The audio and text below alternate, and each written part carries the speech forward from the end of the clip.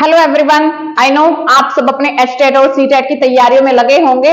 तो आइए हम डिस्कस करते हैं बायोलॉजी का एक और इंपॉर्टेंट टॉपिक, रेस्पिरेशन और ब्रीदिंग। यहां से भी हर बार एग्जाम के अंदर क्वेश्चन पूछा जाता है और इस बार भी यहां से क्वेश्चन आने के पूरे चांस है।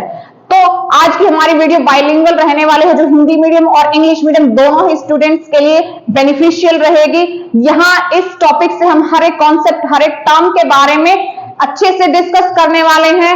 तो आइए स्टार्ट करते हैं हम अपना टॉपिक, रेस्पिरेशन और ब्रीदिंग। सबसे पहले हम बात करते हैं कि रेस्पिरेशन क्या होता है।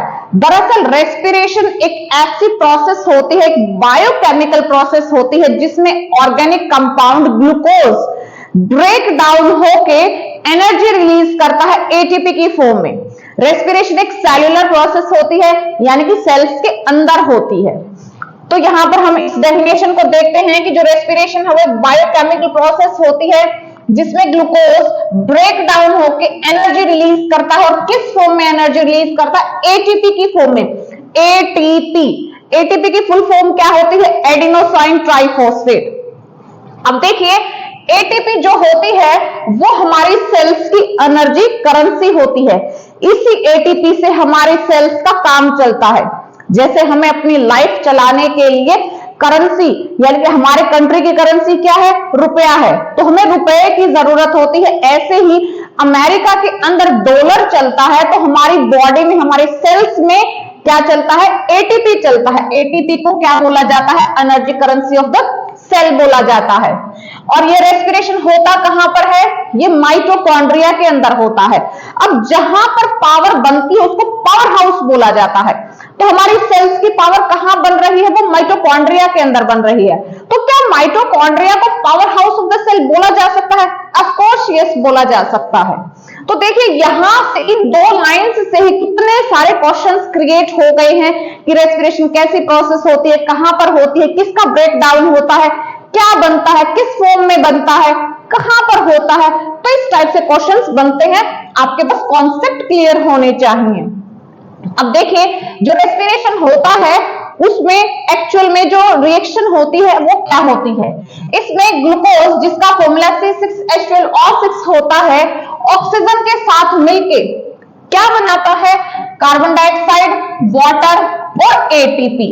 अगर किसी रिएक्शन में ऑक्सीजन इन्वॉल्व है, ऑक्सीजन मिल रही है, तो क्या हम उसको ऑक्सीडेशन प्रोसेस बोलते हैं? यस, वो हमारी ऑक्सीडेशन प्रोसेस होती है। तो क्या रेस्पिरेशन भी ऑक्सीडेशन प्रोसेस है? यस, तो रेस्पिरेशन भी ऑक्सीडेशन प्रोसेस होती है। ये एक सेल्यूलर प्रोसेस होती है, एनर्जी रिलीज करती है। किस फॉर्म में एनर्जी रिलीज करती है? एटीपी की फॉर्म में एनर्जी रिलीज होती है यहां पर। तो देखिए, रेस्पिरेशन एक ऐसी प्रोसेस होती है जो स्टेप वाइज होती है, और इसका पहला स्टेप होता है ग्लाइकोलिसिस। ग्लाइकोलिसिस एक ऐसा स्टेप होता है जिसके द्वारा ग्लूकोज पहले पायरुविक एसिड के अंदर ब्रेक डाउन होता है। हम पहले ही पढ़ चुके हैं सेल के बारे में कि जो सेल होती है इसके अंदर न्यूक्लियस होता है। न्यूक्लियस के बाहर यहां पर एक जेल भरा होता है जिसको साइटोप्लाज्म बोला जाता है। और इस साइटोप्लाज्म के अंदर यहां पर कई सारे सेल ऑर्गेनल्स होते हैं, और इन सेल ऑर्गेनल्स में से एक होता है माइटोकॉन्ड्रिया। अब हम रेस्पिरेशन की बात कर रहे हैं, जो सेल्स के अंदर होती है। और सेल जो रेस्पिरेशन है उसका फर्स्ट स्टेप क्या होता है? ग्लाइकोलिसिस होता है। और जो ग्लाइकोलिसिस की प्रोसेस होती है वो साइटोप्लाज्म के अंदर होती है। तो इसी साइटोप्लाज्म की हम बात कर रहे हैं, और इसमें ग्लूकोज पहले पायरुविक एसिड के अंदर चेंज होता है, जिसमें बहुत कम एनर्जी रिलीज होती है। तो ग्लाइकोलिसिस रेस्पिरेशन का फर्स्ट स्टेप है, जिसमें ग्लूकोज पायरुविक एसिड के अंदर चेंज हो रहा है और थोड़ी सी एनर्जी रिलीज हो रही है, और इसी का क्या नाम होता है? ग्लाइकोलिसिस होता है। अब देखिए, नेक्स्ट और भी स्टेप्स यहां पर बनने वाले हैं। उससे पहले हम बात करते हैं कि जो रेस्पिरेशन होता है वो दो टाइप का होता है। एक होता है एरोबिक रेस्पिरेशन, एक होता है एनएरोबिक रेस्पिरेशन। तो एरोबिक रेस्पिरेशन क्या होता है? एनएरोबिक रेस्पिरेशन क्या होता है? आइए बात करते हैं। एरोबिक रेस्पिरेशन ऐसा रेस्पिरेशन होता है जिसमें ऑक्सीजन की जरूरत पड़ती है। इसमें ग्लूकोज का कंप्लीट ब्रेक डाउन हो जाता है, ग्लूकोज को कंप्लीटली यूज कर लिया जाता है। ये प्रोसेस माइटोकॉन्ड्रिया के अंदर होती है। इस प्रोसेस में कार्बन डाइऑक्साइड और वाटर बनते हैं। इस प्रोसेस में, इस रेस्पिरेशन में बहुत सारी एनर्जी रिलीज होती है। कितनी एनर्जी रिलीज होती है? 38 एटीपी एनर्जी रिलीज होती है। यहां से क्वेश्चन आया है। और अगर हम इसका जो है फ्लो चार्ट देखें तो ये कैसा होता है एरोबिक रेस्पिरेशन, और ग्लूकोज पायरुविक एसिड के अंदर पहले चेंज होता है, ये प्रोसेस ग्लाइकोलिसिस कहलाती है। उसके बाद ये जो पायरुविक एसिड है, ये अगर उस पायरुविक एसिड को ऑक्सीजन मिल रही है तो वो माइटोकॉन्ड्रिया के अंदर नेक्स्ट प्रोसेस होगी, और उस प्रोसेस में कार्बन डाइऑक्साइड और जो H2O है वो बनता है। और कितनी एनर्जी रिलीज होती है? 38 एटीपी एनर्जी रिलीज होती है। तो ये तो हमारा हो गया एरोबिक रेस्पिरेशन। उसके बाद हम बात करते हैं एनाएरोबिक रेस्पिरेशन के बारे में। तो एनाएरोबिक रेस्पिरेशन क्या होता है? एक ऐसा रेस्पिरेशन होता है जिसमें ऑक्सीजन की जरूरत नहीं पड़ती या फिर ऑक्सीजन उसको मिलती नहीं है, यानी कि ऑक्सीजन उसमें इन्वॉल्व नहीं है। तो ये ऐसा रेस्पिरेशन होता है जिसको इनकम्प्लीट रेस्पिरेशन भी बोला जा सकता है, यानी कि इस रेस्पिरेशन में ग्लूकोज कंप्लीटली ब्रेक डाउन नहीं होती है, ग्लूकोज कंप्लीटली यूज नहीं होती है।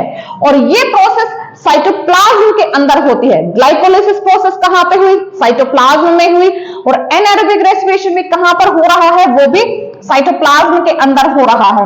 इसमें कम एनर्जी रिलीज होती है। और कितनी एनर्जी रिलीज होती है? 2 एटीपी। यहां पर कितनी एनर्जी रिलीज हो रही है? 38 एटीपी। और यहां पर 2 एटीपी एनर्जी रिलीज हो रही है। अब इस प्रकार का रेस्पिरेशन कहां पे देखने को मिलता है? कई ऐसे यूनिसेल्युलर ऑर्गेनिजम्स होते हैं जो बिना ऑक्सीजन के रेस्पिरेशन करते हैं, जैसे ईस्ट के अंदर होता है। और इस प्रोसेस को फर्मेंटेशन भी बोला जाता है।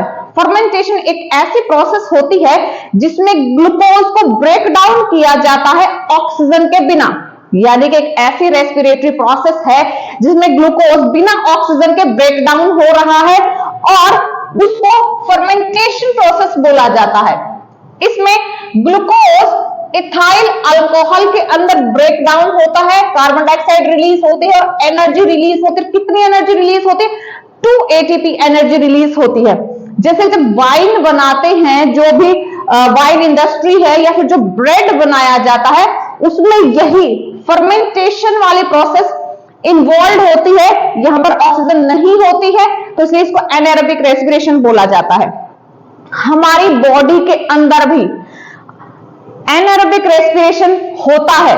जब हम बहुत हैवी एक्सरसाइज कर रहे हैं तो हमारी बॉडी को ज्यादा एनर्जी की जरूरत पड़ती है, और ज्यादा एनर्जी की जब जरूरत पड़ती है तो ज्यादा ऑक्सीजन चाहिए होती है। तो ज्यादा ऑक्सीजन, इतनी ज्यादा ऑक्सीजन सेल्स को मिल नहीं पाती है, तो कम ऑक्सीजन होने के कारण उस टाइम हमारी मसल्स के अंदर एनाएरोबिक रेस्पिरेशन की परफॉर्मेंस होती है। तो देखिए यहां पर हमारे ह्यूमन मसल्स के अंदर में जब हम हैवी एक्सरसाइज करते हैं तो उस टाइम ग्लूकोज पहले तो ग्लाइकोलिसिस के अंदर ब्रेक डाउन होता है, फिर वो ग्लाइकोलिसिस लैक्टिक एसिड के अंदर ब्रेक डाउन होता है, और एनर्जी कितनी रिलीज होती है? 2 एटीपी एनर्जी रिलीज होती है। और ये कब हो रहा है? जब हम हैवी एक्सरसाइज कर रहे हैं और बॉडी को प्रॉपर ऑक्सीजन नहीं मिल पा रही है। क्या प्रोड्यूस हो रहा है? लैक्टिक एसिड प्रोड्यूस हो रहा है। यहां से क्वेश्चन बनता है, इथाइल अल्कोहल से क्वेश्चन बनता है, और इस कारण हमारे मसल्स के अंदर फटीग यानी कि थकान महसूस होती है, क्रैम्प्स पड़ जाते हैं।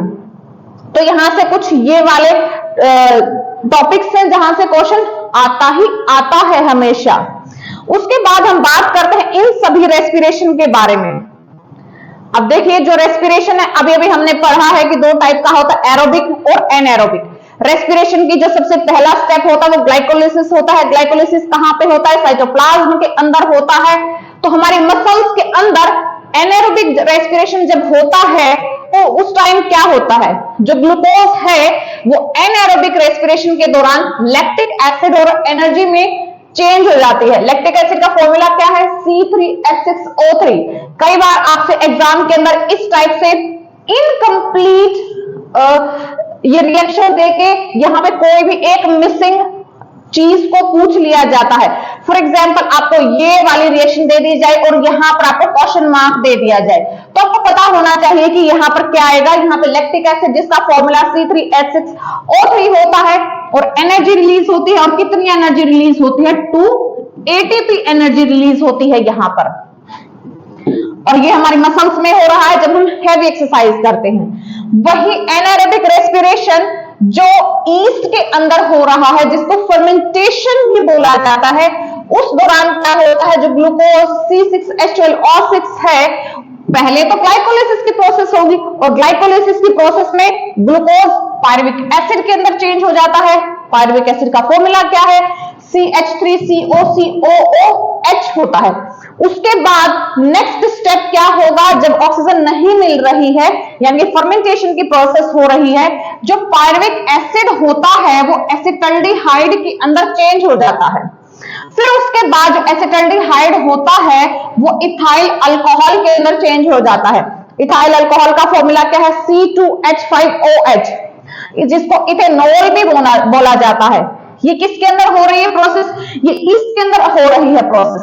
आपको यही याद रखना है कि एनारोबिक रेस्पिरेशन जब ईस्ट में हो रहा है, फर्मेंटेशन की प्रोसेस हो रही है, सबसे पहले ग्लूकोज ग्लाइकोलाइसिस के द्वारा पायरुविक एसिड में चेंज होता है जो साइटोप्लाज्म में होता है, और उसके बाद ये जो पायरुविक एसिड है ये इथाइल अल्कोहल यानी कि इथेनॉल में चेंज होता है, और ये प्रोसेस भी साइटोप्लाज्म के अंदर ही हो रही है। और कितनी एनर्जी रिलीज होती है, यहाँ पर 2 ATP एनर्जी रिलीज होती है, बहुत कम एनर्जी होती है ये। और ये वाली प्रोसेस वाइन इंडस्ट्रीज में या फिर ब्रेड को बनाते टाइम यूज होती है। यहां से कुछ इस टाइप से क्वेश्चंस आपके बन सकते हैं। इनकम्प्लीट आपको रिएक्शन दे दी जाएगी जिसको कंप्लीट करना होगा, या फिर आपको प्रोसेस का नाम पूछ लिया जाएगा, या फिर जो एंड प्रोडक्ट है उसको पूछ लिया जाएगा। बात करते हैं अब जितने भी टाइप की हमने यहां पर रिएक्शंस पढ़ ली, एरोबिक रेस्पिरेशन, एनारोबिक फर्मेंटेशन, या फिर मसल्स के अंदर जो भी रेस्पिरेशन होता है, अब उसको हम डिस्कस करते हैं। तो देखिए हम यहां पर बात कर रहे हैं कि जो पायरुवेट है यानी कि जो पायरुविक एसिड है, सबसे पहले क्या होगा रेस्पिरेशन के अंदर, रेस्पिरेशन के अंदर ग्लूकोज से क्या बनेगा, पायरुविक एसिड बनेगा, और ये प्रोसेस क्या कहलाती है, ग्लाइकोलाइसिस कहलाती है। पायरुविक एसिड जो है वो साइटोप्लाज्म के अंदर बनता है। अब वो जो साइटोप्लाज्म के अंदर जो पायरुविक एसिड बना है, अब उसको ऑक्सीजन मिली तो कुछ और बनेगा, ऑक्सीजन कम मिली तो कुछ और बनेगा, ऑक्सीजन नहीं मिली तो कुछ और बनेगा। यानी कि 3 स्टेप्स अभी हमने पढ़े हैं, उन्हीं को हम डिस्कस कर रहे हैं। सबसे पहले जो ग्लूकोज 6 कार्बन मॉलिक्यूल होता है, C6 होता है, तो इसलिए इसको 6 कार्बन मॉलिक्यूल बोला गया है। ये पायरुवेट 3 कार्बन मॉलिक्यूल के अंदर चेंज हो जाता है CH3, जिसको हम बोल रहे हैं, और ये ग्लाइकोलाइसिस की प्रोसेस कहलाती है जो साइटोप्लाज्म के अंदर होती है। अब अगर इसको ऑक्सीजन नहीं मिल रही है, तो पायरुविक एसिड को अगर ऑक्सीजन नहीं मिल रही है यानी कि एब्सेंस ऑफ ऑक्सीजन है, और अगर ईस्ट में ये प्रोसेस हो रही है, तो वहां पर क्या बनता है, इथाइल अल्कोहल बनती है, और कार्बन डाइऑक्साइड और एनर्जी 2 ATP एनर्जी रिलीज होती है। मसल्स के अंदर वो पायरुविक एसिड, लैक्टिक एसिड और एनर्जी के अंदर चेंज हो जाता है। एनर्जी कितनी, 2 ATP एनर्जी वहां पे रिलीज होती है। और अगर इस पायरुविक एसिड को अच्छे से ऑक्सीजन मिल जाती है तो अगली प्रोसेस जो है माइटोकॉन्ड्रिया के अंदर होगी, और उसको ऑक्सीजन अगर अच्छे से मिल रही है तो पायरुविक एसिड किस में चेंज होगा, कार्बन डाइऑक्साइड, H2O और एनर्जी कितनी, 38 ATP एनर्जी वहां पे रिलीज होती है। तो ये भी क्वेश्चन पूछा जा सकता है कि कौन सा रेस्पिरेशन बेटर होता है, तो वहां पर अगर देखा जाए तो एरोबिक रेस्पिरेशन जिसमें बहुत ज्यादा एनर्जी रिलीज हो रही है। लेकिन ये बात टाइम की है, जब वाइन इंडस्ट्री की बात कर रहे हैं तो वहां पे फर्मेंटेशन के लिए एनारोबिक रेस्पिरेशन की जरूरत पड़ती है। तो ये हमने जो भी तीनों टाइप के रेस्पिरेशन है उसके बारे में हमने डिस्कस कर लिया है। यहां से भी हर बार क्वेश्चन बनता ही बनता है। अब हम बात करते हैं कि जो ऑर्गेनिजम्स के अंदर जो रेस्पिरेशन होता है या फिर जो ब्रीदिंग होती है, अब देखिए यहां पर रेस्पिरेशन होने के लिए ऑक्सीजन की जरूरत पड़ रही है। अब ऑक्सीजन आती कहां से है, हर एक ऑर्गेनिज्म के अंदर जब रेस्पिरेशन होता है तो ऑक्सीजन की जरूरत पड़ती है, तो ऑक्सीजन आती कहां से है? सबके अलग अलग ऑर्गन्स होते हैं जहां से ऑक्सीजन ली जाती है। तो यहां से भी क्वेश्चन आता है एग्जाम के अंदर कि प्लांट्स के अंदर जो कार्बन डाइऑक्साइड है वो कैसे एंटर करती है, ऑक्सीजन है वो कैसे बाहर निकलती है। तो प्लांट्स के अंदर स्टोमेटा के द्वारा, लीव्स के अंदर, लीव्स के नीचे वाली साइड में स्टोमेटास होते हैं, वहीं से कार्बन डाइऑक्साइड एंटर करती है और ऑक्सीजन बाहर निकलती है। ये हम बात कर रहे हैं टेरेस्ट्रियल प्लांट्स की, जो पौधे जमीन पर उगते हैं और जो पौधे पानी के अंदर उगते हैं, उनके लीव्स के ऊपर वाली साइड स्टोमेटा होता है। ये आपको याद रखना है, स्टोमेटा के द्वारा ही ऑक्सीजन और कार्बन डाइऑक्साइड का इनटेक और आउट होता है। अमीबा की अगर हम बात करें, जो यूनिसेल्युलर होता है, तो उसमें सेल मेम्ब्रेन के द्वारा डिफ्यूजन प्रोसेस के द्वारा गैसेस का एक्सचेंज होता है। अर्थवर्म में मॉइस्ट स्किन, नम त्वचा के द्वारा, ग्रास होपर और इंसेक्ट्स में स्पाइरेकल्स के द्वारा, फिशेस में गिल्स के द्वारा, ह्यूमन बींग्स में लंग्स के द्वारा, और जितने भी टेरेस्ट्रियल ऑर्गेनिजम्स होते हैं उन सब में लंग्स के द्वारा क्या होता है? गैसेस का इनटेक एंड आउट होता है। लेकिन वो जो लंग्स होते हैं सबके अलग अलग टाइप के हो सकते हैं, बट होते लंग्स ही हैं। और अगर हम बात करें ह्यूमन बींग्स की, तो हम ह्यूमन बींग्स में जो ऑक्सीजन हम इनहेल करते हैं, जो ऑक्सीजन हम अंदर लेते हैं, वो भी पूरा एक स्टेप वाइज प्रोसेस होती है, जिसको आगे हम पढ़ने वाले हैं। तो यहां से ये सारी चीजें इंपॉर्टेंट है। यहां पर आगे हम बात करते हैं ह्यूमंस के रेस्पिरेटरी सिस्टम के बारे में, कि हम ह्यूमंस में ऑक्सीजन अंदर जाती कैसे है। रेस्पिरेशन तो हमने पढ़ लिया कि रेस्पिरेशन एक ऐसी प्रोसेस होती है जिसमें कई स्टेप्स होते हैं, दो टाइप का रेस्पिरेशन होता है जिसके लिए ऑक्सीजन की जरूरत पड़ती है। अभी ऑक्सीजन आई कैसे, उसी के बारे में हम बात कर रहे हैं। अब तक हमें क्या लगता है कि जो रेस्पिरेशन और ब्रीदिंग है वो एक ही प्रोसेस होती है, लेकिन रेस्पिरेशन और ब्रीदिंग बिल्कुल अलग प्रोसेसेस होती हैं। रेस्पिरेशन सेल्स के अंदर होता है और ब्रीदिंग एक अलग प्रोसेस है जिसके बारे में अभी हम पढ़ने वाले हैं। और ये जो है हमारी बॉडी का, ये हमारा रेस्पिरेटरी सिस्टम है। जो हमारी रेस्पिरेटरी सिस्टम है वो नोज से स्टार्ट होता है और लंग्स तक होता है। इसके अंदर कई सारे पार्ट्स इन्वॉल्व हैं जहां से सीक्वेंस वाइज ऑक्सीजन पास होती है। सबसे पहले जो ऑक्सीजन होती है वो हमारे नोज, जिसको नेजल पैसेज बोला जाता है, यहां से होके गुजरती है। जो नेजल पैसेज है, जो नोज है, यहां से जब हवा अंदर की तरफ जा रही है तो उस एयर को फिल्टर कर दिया जाता है, क्योंकि एयर के अंदर बहुत सारे जर्म्स और डस्ट होते हैं, तो उसको फिल्टर करने के लिए नोज के अंदर कुछ हेयर्स होते हैं और उन हेयर्स का काम होता है एयर को फिल्टर करना। और जब हवा को हम अंदर इनहेल कर रहे हैं, जब हम सांस अंदर ले रहे हैं, उसको इनहेलेशन प्रोसेस बोला जाता है। और जब हम इनहेल कर रहे हैं तो जो हवा अंदर जा रही है उसको मॉइस्टन और वार्म, यानी कि थोड़ा सा गर्म कर दिया जाता है। ये नेचुरल प्रोसेस है। जब हवा अंदर जा रही है तो वो वार्म होके जाती है। अब यहां से हवा जब अंदर जा रही है तो सबसे पहले पहुंचती है फेरिंक्स के अंदर। फेरिंक्स एक ऐसा पार्ट होता है जहां से हवा और खाना दोनों के दोनों गुजरते हैं। तो फेरिंक्स के अंदर क्या होते हैं? दो पाइप्स लगे होते हैं और यहां पर एक स्किन का छोटा सा टुकड़ा होता है। जब भी हम खाना खाते हैं तो वो स्किन का टुकड़ा एयर पाइप, जहां से हवा जाने वाली है, उसके ऊपर चला जाता है और खाना आराम से दूसरे पाइप से अंदर चला जाता है। और जब भी हम सांस लेते हैं तो स्किन का टुकड़ा उस खाने वाले पाइप के ऊपर आ जाता है और हम आराम से सांस ले सकते हैं। लेकिन बाय चांस जब हम खाते टाइम बोलते हैं तो बोलने के लिए हमें हवा की, यानी कि सांस लेने की जरूरत होती है। खाना हम खा रहे हैं तो हमारा कौन से वाला पाइप ओपन है? वो खाने वाला पाइप ओपन है। लेकिन जैसे ही हमने बोलना शुरू किया तो हमारा जो हवा वाला पाइप है वो भी ओपन हो जाता है, तो खाना उस हवा वाले पाइप में भी जा सकता है। इसकी वजह से हमें खांसी होना स्टार्ट हो जाता है। तो हमेशा खाने के टाइम बोलना नहीं चाहिए। तो फेरिंक्स एक ऐसा पैसेज है जहां से फूड और एयर दोनों गुजरते हैं। फेरिंक्स के बाद यहां से दो पाइप्स निकलते हैं हवा के लिए अलग पाइप होता है और खाने के लिए अलग पाइप होता है। और अब हम बात कर रहे हैं रेस्पिरेटरी सिस्टम की, तो जो फेरिंक्स होता है उसके बाद ये जो नेक्स्ट पाइप बनता है इसको लैरिंक्स बोलते हैं। लैरिंक्स जिसको वॉइस बॉक्स भी बोला जाता है, जहां से हमारी आवाज बनती है। लैरिंक्स जिसको वॉइस बॉक्स बोला जाता है, जहां पे वोकल कॉर्ड्स होती हैं और यहीं से हमारी आवाज बनती है। और यही वाला वो पाइप है जहां पे हवा गुजर के नीचे लंग्स तक पहुंचती है। अब ये जो लैरिंक्स है, ये लैरिंक्स आगे बढ़ता हुआ एक पाइप में कन्वर्ट हो जाता है और इस पाइप का नाम होता है ट्रैकिया। इसी ट्रैकिया को विंड पाइप के नाम से जाना जाता है।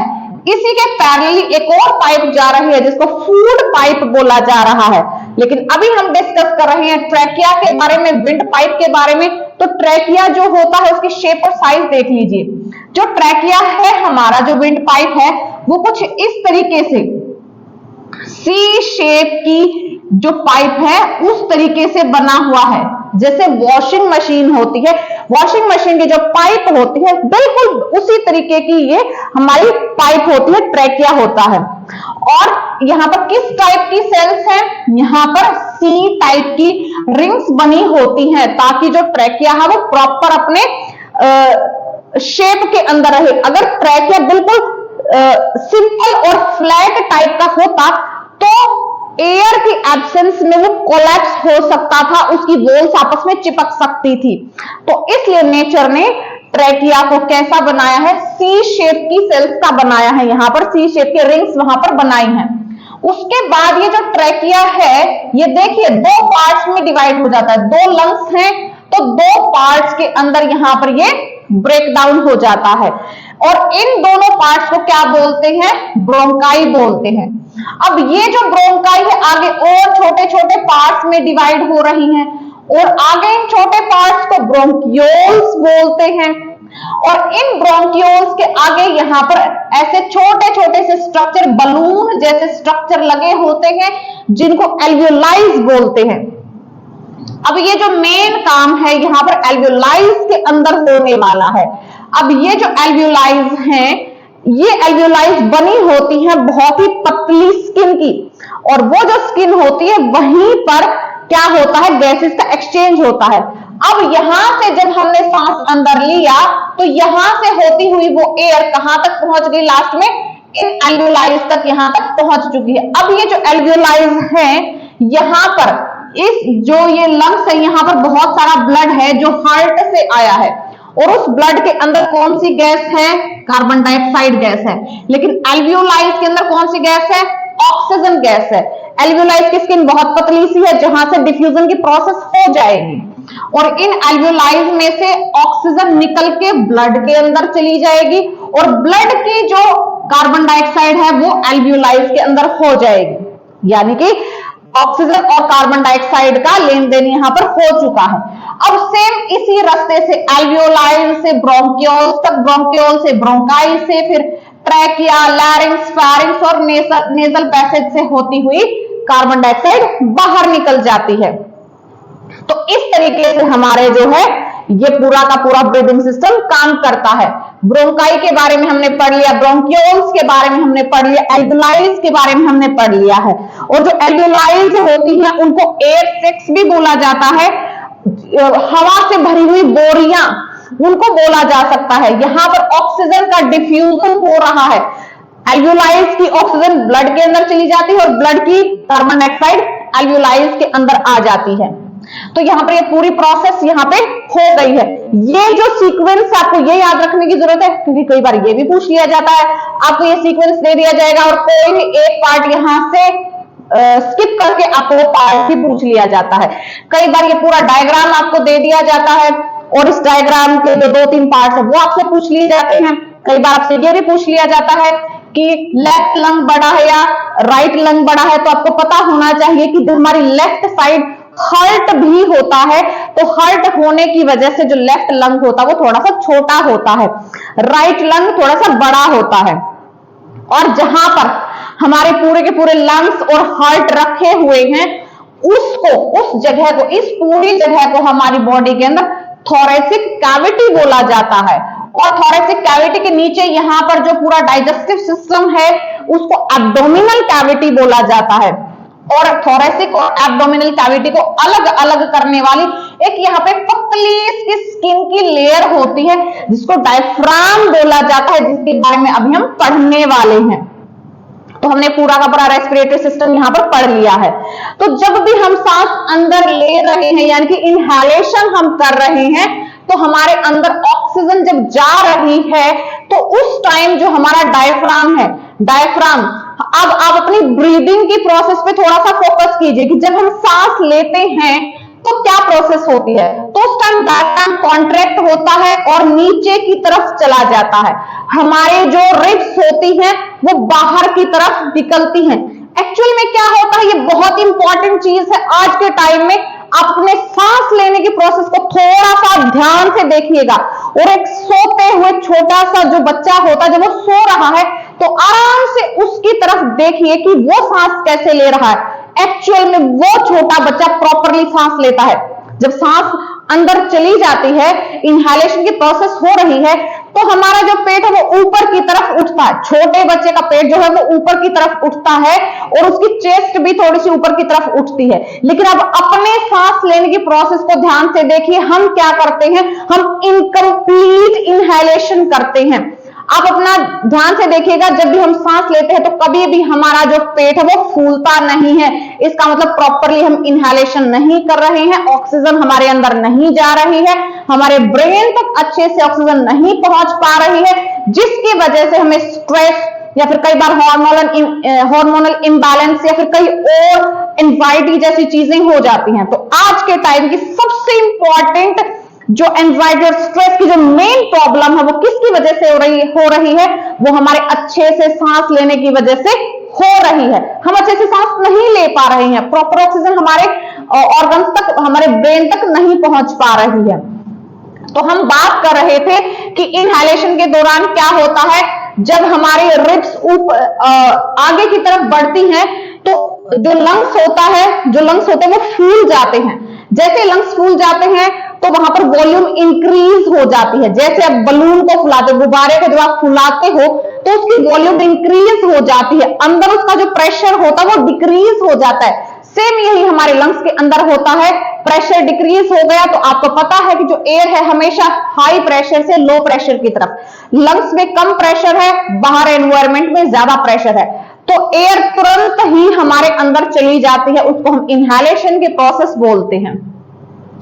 अब एयर अंदर जा चुकी है, अब अंदर बहुत सारी एयर हो गई है लंग्स के अंदर, तो जिसकी वजह से प्रेशर इंक्रीज हो गया है। अब अंदर एयर ज्यादा है, बाहर कम है, तो अब भी सेम वही प्रोसेस होने वाली है। लेकिन उसी दौरान, उसी 1 सेकंड में क्या हो चुका है, यहाँ पे डिफ्यूजन हो चुका है, एल्वियोलाइज के अंदर डिफ्यूजन हो चुका है, यानी कि ऑक्सीजन ब्लड में चली गई और ब्लड वाली कार्बन डाइऑक्साइड एल्वियोलाइज के अंदर आ चुकी है।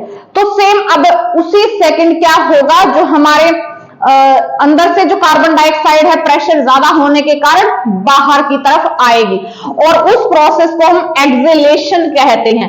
एक्सेलेशन में डायफ्राम रिलैक्स होता है और ऊपर की तरफ उठ जाता है। आप ये प्रोसेस यहाँ पे देख सकते हैं, यहाँ पे जो डायफ्राम है वो नीचे की तरफ आ रहा है और यहाँ पे डायफ्राम ऊपर की तरफ आ चुका है। यहाँ पर कार्बन डाइऑक्साइड नोज के द्वारा बाहर निकाल दी जाती है। यहाँ पे बहुत ज्यादा क्वेश्चन तो बनता नहीं है, सिर्फ यही बन सकता है कि इनहेलेशन के दौरान वॉल्यूम इंक्रीज हो जाती है, लंग्स की प्रेशर डिक्रीज हो जाता है, और एक्सेलेशन के दौरान उल्टा प्रोसेस हो जाता है। सिर्फ यहीं से जो है ये इंपॉर्टेंट क्वेश्चन ये टाइप के बन सकते हैं। बाकी ये सीक्वेंस पूछा जा सकता है, ये डायग्राम के बारे में पूछा जा सकता है, इनके प्रॉपर जो फंक्शंस है वो आपको पता होने चाहिए। सबसे मेन इंपॉर्टेंट तो आपको एल्वियोलाइज के बारे में पता होना चाहिए, लैरिंक्स फेरिंक्स के बारे में यहाँ पे पता होना चाहिए। अगर हम बात करें कि नॉर्मली हम 1 मिनट में कितनी बार सांस लेते हैं, तो नॉर्मली हम 15 से 18 बार, जब हम नॉर्मली काम कर रहे हैं तो 15 से 18 बार हम सांस लेते हैं। तो ये कुछ हमारा चैप्टर था यहाँ पे ब्रीदिंग के बारे में। अब हम बात कर लेते हैं कि जो रेस्पिरेशन और जो ब्रीदिंग है उसमें क्या डिफरेंस होते हैं। देखिए, जो ब्रीदिंग है वो सिंपल एक फिजिकल प्रोसेस होती है जिसमें ऑक्सीजन अंदर जा रही है और कार्बन डाइऑक्साइड बाहर जा रही है। लेकिन रेस्पिरेशन एक बायोकेमिकल प्रोसेस होती है जिसमें एनर्जी बनती है, रिलीज होती है। ब्रीदिंग फिजिकल एक्सरसाइज है और रेस्पिरेशन केमिकल प्रोसेस है। और ये जो ब्रीदिंग की प्रोसेस होती है ये लंग्स में होती है, रेस्पिरेशन सेल्स के अंदर होती है। जो ब्रीदिंग है इसमें कौन कौन इन्वॉल्व होता है? नोज, ट्रैकिया, ब्रोंकाई, लंग्स ये इन्वॉल्व होते हैं। और रेस्पिरेशन में साइटोप्लाज्म और माइटोकॉन्ड्रिया इन्वॉल्व होते हैं। क्या ब्रीदिंग में कोई एनर्जी प्रोड्यूस होती है? नहीं होती है। इसमें प्रोड्यूस होती है, हाँ होती है, एटीपी की फॉर्म में। ब्रीदिंग के लिए कोई एंजाइम्स चाहिए? नहीं चाहिए। क्या इसके लिए एंजाइम्स चाहिए? इसके लिए एंजाइम्स की जरूरत पड़ती है।